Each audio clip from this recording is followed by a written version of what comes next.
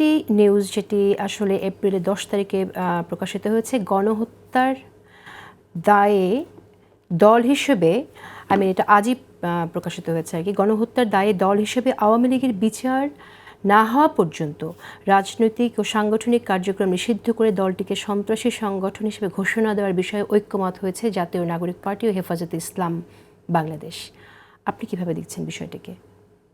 হ্যাঁ, আওয়ামী লীগ তো যা করেছে সেটা তো ইতিহাসের জঘন্যতম হত্যাকাণ্ডের সঙ্গে তারা নিজেদেরকে সম্পৃক্ত করেছে।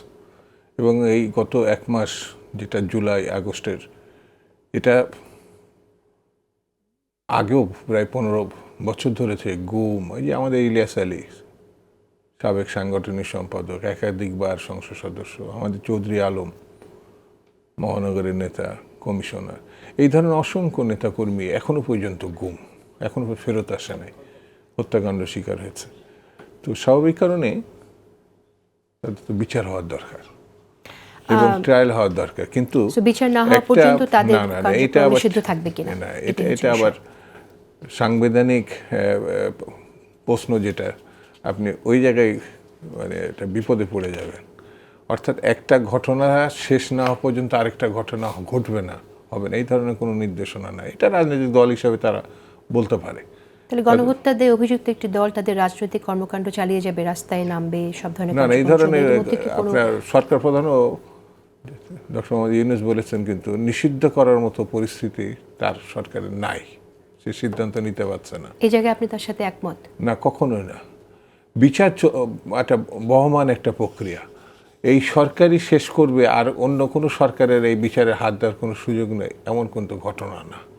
হত্যাকাণ্ডের বিচারটি যদি আপনাকে গ্রহণযোগ্য পর্যায়ে রাখতে হয়, হ্যাঁ, একাধিক ট্রাইব্যুনাল, জরুরি ভিত্তিতে আপনি অনেকগুলো ট্রাইব্যুনাল করতে পারেন, এবং সেটি যদি স্বল্প সময়ের মধ্যে বিচার সক্ষমতা থাকে সরকারের, সেটা অবশ্যই করতে পারে। কিন্তু এটি শেষ না হওয়া পর্যন্ত অন্য সমস্ত কাজকাম বন্ধ থাকবে, এটা বোধহয় আমার বিবেচনায় ঠিক না। হ্যাঁ, সাপোর্ট করছেন না। আরেকটি বিষয় জানতে চাই যে আপনি জানেন যে খলিলুর রহমানকে একটি নতুন দায়িত্ব দেওয়া হয়েছে, তিনি তো রোহিঙ্গা বিষয়ে বিশেষ দূত হিসেবে দায়িত্ব পালন করছিলেন, এখন তাকে দায়িত্ব দেওয়া হচ্ছে জাতীয় নিরাপত্তা উপদেষ্টা হিসেবেও তিনি দায়িত্ব পালন করবেন। আপনি বিষয়টাকে কিভাবে দেখেন? আপনাদের সাথে কোনো কথা বলা হয়েছিল কিনা? এবং আসাদুজ্জামান ফুয়াদ, আমি আপনার কাছেও জানতে চাইবো যে সরকার যে নিয়োগগুলো দিচ্ছে, এটা আপনাদের সমর্থিত সরকার, আর রাজনৈতিক দলগুলোর সাথে কোনো কথা বলছে কিনা, নাকি তারা নিজেরাই সিদ্ধান্ত নিচ্ছে? প্রথমে আপনি যদি বলেন একটু সংক্ষেপে। প্রথম কথা হচ্ছে, সরকার যদি মনে করে তার বিবেচনা থেকে যে এই ব্যক্তি সরকার এবং দেশ এবং জাতির জন্যে কার্যকর ব্যক্তি, তাহলে সে তা গ্রহণ করতেই পারে যদি প্রয়োজনীয়তা থাকে।